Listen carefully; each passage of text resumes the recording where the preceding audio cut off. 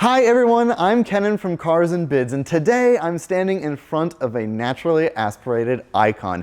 This is the Mercedes SLS AMG, and today we're going to talk about its facts and figures. In this video, we'll talk about where it fits into Mercedes-Benz's past, then we'll talk about some of the technical details and we'll get nerdy, and then we'll take it for a drive. And with that, let's get started. Before I get going, as you might expect, this SLS is currently for sale being auctioned live on, you guessed it, Cars and Bids. This is a 2012 SLS AMG Roadster, and it comes with some desirable factory equipment, including the Bang & Olufsen sound system, carbon fiber interior trim, and the optional leather and Alcantara steering wheel. So after you finish watching this video, click the link in the description below where you can head to the live auction of this one, where you can bid on it and buy it only on Cars and Bids. And we begin the story of the SLS by talking about its spiritual predecessor, the Mercedes 300 SL. This was an incredibly important car for Mercedes-Benz, as they needed to prove after World War II that they could still build the greatest car in the world, and that's what they set out to do with the 300 SL. Introduced in 1952, this car was originally a road racer, and it dominated racing in that era. It didn't win everything, but it won most of the races that it could at that time, and 2 years later, in 1954, Mercedes would introduce road-going versions of the race car, and it was instantly one of the most desirable sports cars ever made. Mercedes would offer the 300 SL in two variants. There was the Coupe, which had the famed gullwing doors, where it would get its name, the gullwing, and the convertible, which had conventional doors but offered a top-down driving experience. Mercedes would carry this through to the SLS, as they would offer a coupe version with gullwing doors and a two-door convertible version with conventional doors, which is exactly what we have here.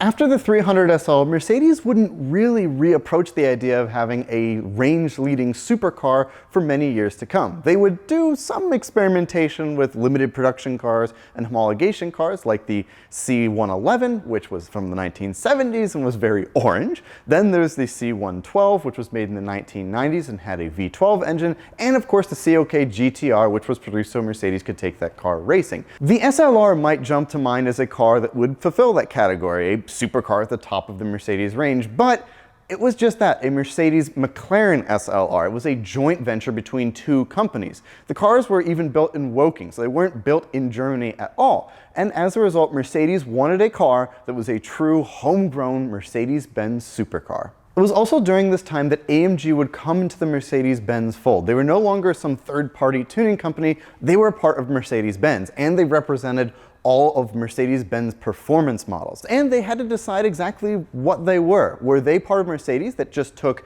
standard models and made them really fast with a big engine and some suspension components? Or were they capable of making something truly special from the ground up? And they decided they wanted to go that route. They wanted to build a spiritual successor to the 300 SL that was a unique AMG designed and built model. And that was the SLS. Initially, the plan was that Mercedes was going to leverage their relationship with Daimler, and they would develop a platform that would be used for the Mercedes supercar, the Dodge Viper, and it would be used for the Chrysler Firepower, a supercar that, well, never came into existence. This plan was eventually scrapped, and Mercedes decided to build a unique platform for the SLS. But interestingly, as they were doing the testing for that car, they would actually use Viper bodies as test mules. And so they had about a dozen of these that looked like Vipers, but underneath, they were the test parts for the SLS. After years of testing and development, Mercedes would finally release the SLS in 2009, and despite the economic conditions of the time, the car was a massive hit. Finally, Mercedes had produced a supercar that could carry on the legend of the 300 SL. And no wonder Mercedes took their time. Building a spiritual successor to the 300 SL is a monumental task, and Mercedes-Benz wanted to make sure that the spiritual successor was something very special. And so they focused on a singular design concept. They wanted to have a front mid-engine car with as low of curb weight as possible. And this belief alone, this idea, dictates the way this car looks. Because the engine had to be mounted behind the front axle, it's mounted about here, which meant that you had this long, beautiful hood, but it also would push the passenger cabin back toward the rear car. So the seats are almost on the rear axle itself. And because of this design concept, the SLS looks the way that it does. Because of this design concept, well, this car was never really going to be very small. And so, like I said, Mercedes placed a focus on making sure that it was very lightweight. They did this by using a lot of aluminum in the space frame in areas such as the strut towers, and the result was that this car's chassis weighs just over 530 pounds. Extremely light for a car like this. The numbers I'm citing there are for the coupe, and of course this is the convertible version. So because it has no roof, Mercedes had to add extra strengthening beams in various places, which means that it weighs a little bit more, but it only weighs about 90 pounds more than the coupe version. In addition to the coupe and convertible versions, Mercedes would offer several different versions of the SLS, most notably the GT, the famed Black Series. They would do a GT3 racing version of the car. They would even do an electric version of the car, although in very limited quantities. But the version I want to talk about has the gasoline-powered V8 located under that beautiful hood. And here it is, the M159 6.2-liter naturally aspirated V8. Now, this engine is related to the famed M156 V8 that was found in basically every V8 powered AMG car of the time. The C63, the E63, the G63, and even the R63 all use that engine, but this one is very different. Mercedes would revise this engine heavily over the M156, and it would get new forged pistons, different camshafts, a different intake system, and a dry sump lubrication system. It had a lot more changes too outside of that, totaling about 120 different revisions to this engine compared to the M156. All of these changes means that this engine makes a lot more power than the normal version. It makes 563 horsepower and 479 foot-pounds of torque. And when it came out, this was the most powerful naturally aspirated V8 in the entire world. As I mentioned, the whole design brief of this car was to have a front mid-engine car, and that's really obvious with the hood open. This engine is slammed back against the firewall, and it's mounted very low, as this is a dry sump engine, meaning the oil reservoir is somewhere else in this engine bay. It's not on the bottom of the engine.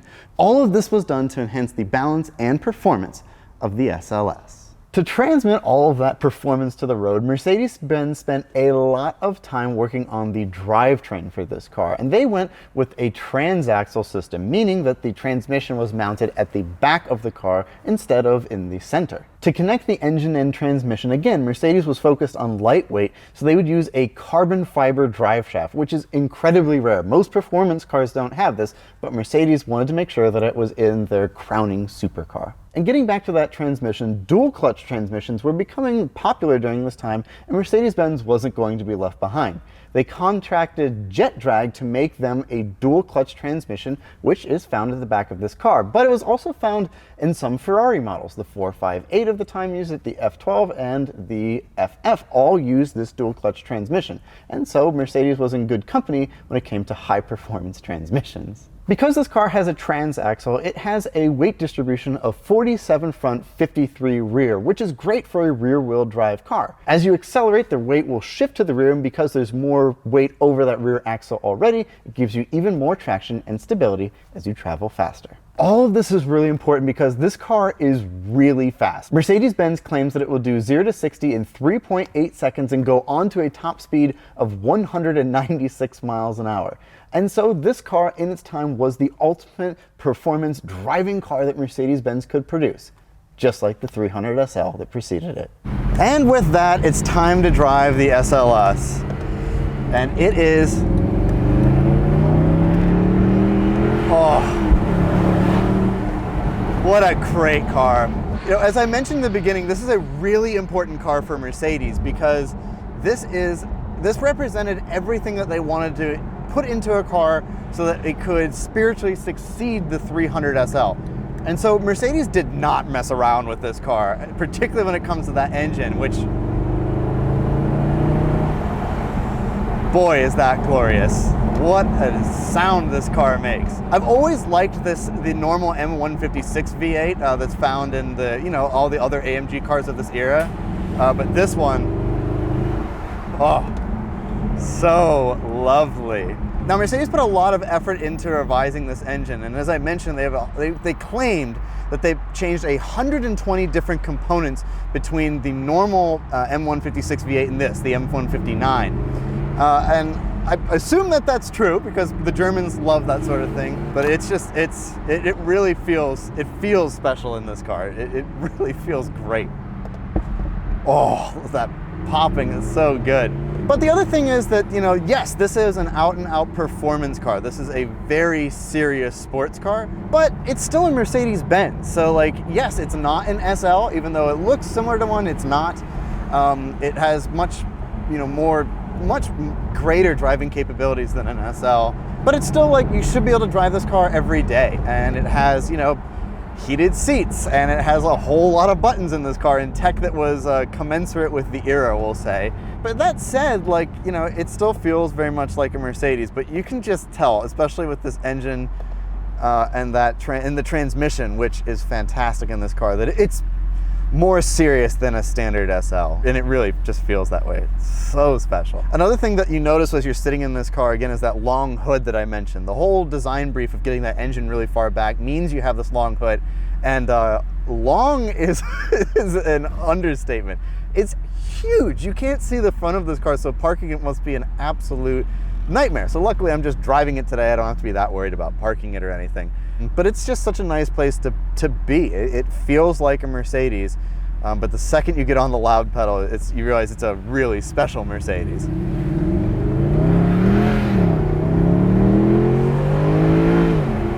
Wow, that's a lot of power.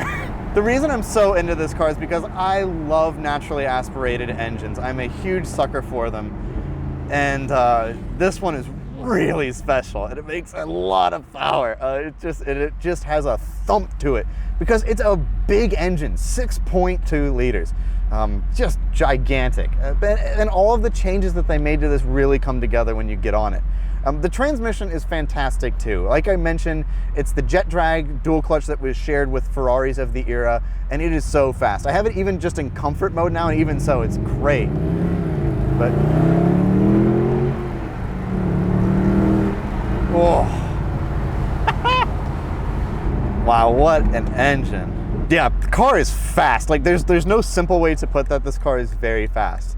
And that's all by design. Again, low weight was the focus here. They wanted to make sure this car had very low curb weight, but it also had a lot of technology. The dual clutch transmission, the carbon fiber prop rod, all of these things. Like it had a lot of lightweight technology that was put into this car, and it pays dividends because even now, to this day, this car still feels really fast. And that's great because as a halo for Mercedes-Benz, you really want it to be special.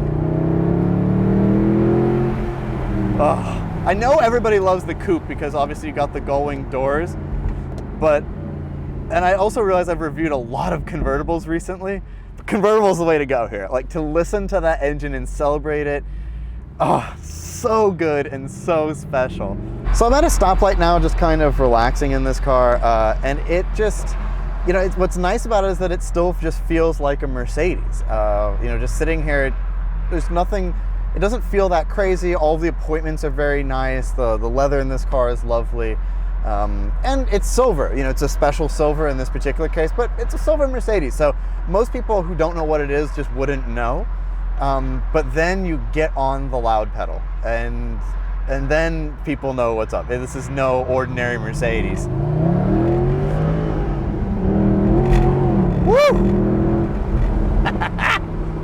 I think the last surprise I'll talk about with this engine is, despite its size, again, 6.2 liters, it really likes to rev. Like it revs to around about 8,000 RPM from a 6.2 liter engine. That's just insane. And it just has so much character.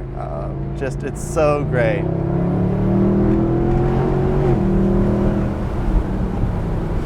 Oh, that's awesome. And the chassis is really great too. Like, because it's, you know, truly mid-engine, like I'm not really pushing it through corners here or anything, but you can feel how nimble this car is.